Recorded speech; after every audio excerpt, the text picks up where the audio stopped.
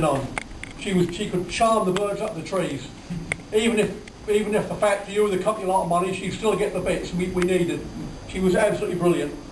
And we had a very, very small team. There was a food fabricators, Ted Fleet, sadly who's no longer with us. Just trying to think who else was there, I can't remember now. But we were all in there building. The body was made at the factory, shipped up to Cuttingham Hall, where we made the chassis. I think the chassis was made there, but all the interior, the suspensions was all designed.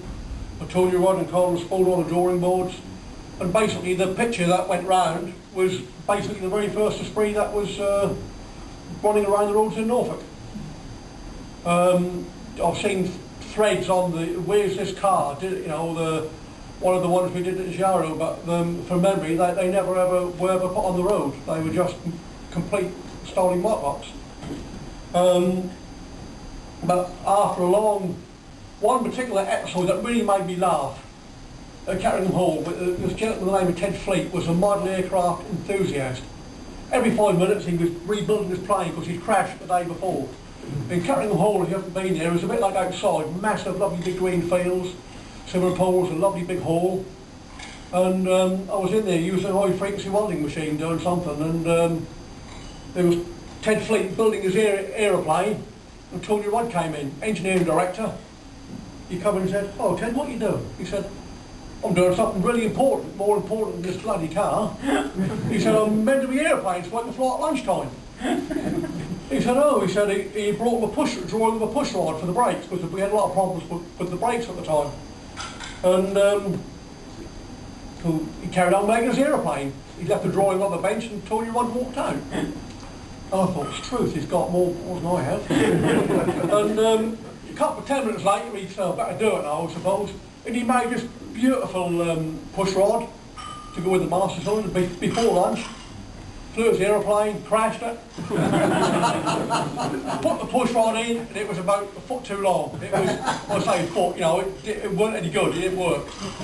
All the calculations were wrong, we had to go back to the drawing board and do it all again. But they're the kind of things that happened when we were building the Esprit. And we had it was sat outside in the courtyard one morning, and Colin Chapman walked across the yard. I can't remember what we were discussing, and he said, "Back of the car's ½ inch too high. It looks like the bloody Avenger." Sort of. And they looked at each other. It can't be. Got to take measure out. Exactly ½ inch too high. And it was, seriously. Whether he'd measured it before, or whether it was. But I'll tell you, he was a very, very astute man. A pleasure to work with. I had a few arguments with him, but he knew what he was talking about. Believe you me. I just wish he was here now sometimes. But it was ½ inch too high. So back to the drawing board, all the springs off, completely start again. Why was the screen rate changed from the original car was about more rate on the screen? It was illegal. Was it? Yes. Oh right. Yeah. As simple as that. It was illegal. What, just to have a screen at that rate? That rate, it was illegal. Right. You surprised? I am. Yeah, right, yes. I thought it was just to get a little bit more headroom in the production model or something. When you talk about illegal things, when I was doing, I got called, I left Lotus by the time the DeLorean came into being, and Colin Chapman came to my workshop one morning. When I was before I'd moved to Heatherset, I was in Wyndham at the time, and he brought me this photograph of this clay interior. All interiors, like the new Eagle that we're playing with. You start off with a complete clay interior. Everything is just going to be, but all in clay. Sometimes they'll paint it. It looks like a brand new, a real car. And he says, "Can you make one of them?" I said, "Well, I can." He said, "Well, I'm glad you said that. That's why we're here." And thinking that the car was going to be at a company called IDAX down in Southend. He said, "No, it's a bit further afield." I said, "Where is it?" He said, "In Detroit. Can you go to America next week, please, and build this car?" It's true, if I really have to. So he got a passport. He said, "Right, ring Jane, my secretary, Jane Levers."